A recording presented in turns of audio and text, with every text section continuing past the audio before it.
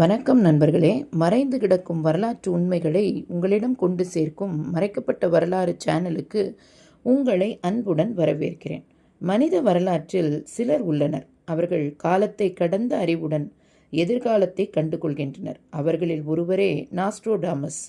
16ஆம் நூற்றாண்டில் பிறந்த இவர் உலக வரலாற்றை முன்கூட்டியே கணித்த மனிதன். இன்று நாம் அவரின் வாழ்க்கையும் முன்கணிப்புகளும் எப்படி நடந்தன என்பதை பார்க்கப் போகிறோம். மிசேல் டி நாஸ்ட்ரோடாமஸ் என்பவர் 1003ஆம் ஆண்டு பிரான்சில் பிறந்தார். இளமையில் தான் இயற்கை மருத்துவமும் ஜோதிடமும் கற்றுக்கொண்டார். பல்வேறு தொற்று நோய்களை குணப்படுத்திய மருத்துவ கலை இவருக்கு பிரபலமாக்கியது. ஆனால் உண்மையான புகழ் இவருக்கு காத்திருந்தது அவரின் முன்கணிப்புகளே. நாஸ்ட்ரோடாமஸ் எழுதிய லெஸ் ப்ராபிடைஸ் நூல், அதாவது முன்கணிப்புகள், உலக வரலாற்றின் மிகப்பெரிய ரகசியங்களை கொண்டுள்ளது. 942 4 வரிசை கவிதைகள் இதில் உள்ளன. அவை எப்பொழுதும் நேரடியாக இல்லை, ஆனால் மறைமுகமான குறியீடுகள் மூலம் எதிர்காலத்தை சொல்லும்.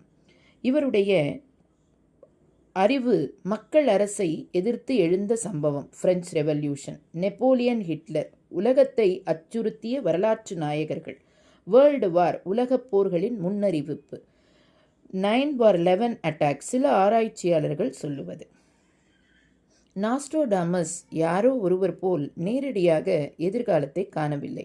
அவர் ஜோதிட கணிதங்கள், அகராதி குறியீடுகள், பிரான்சின் அரசியல் சூழல் மற்றும் இயற்கை ஆய்வுகளை வைத்து கவிதைகளில் மறைமுகமாக வெளிப்படுத்தினார்.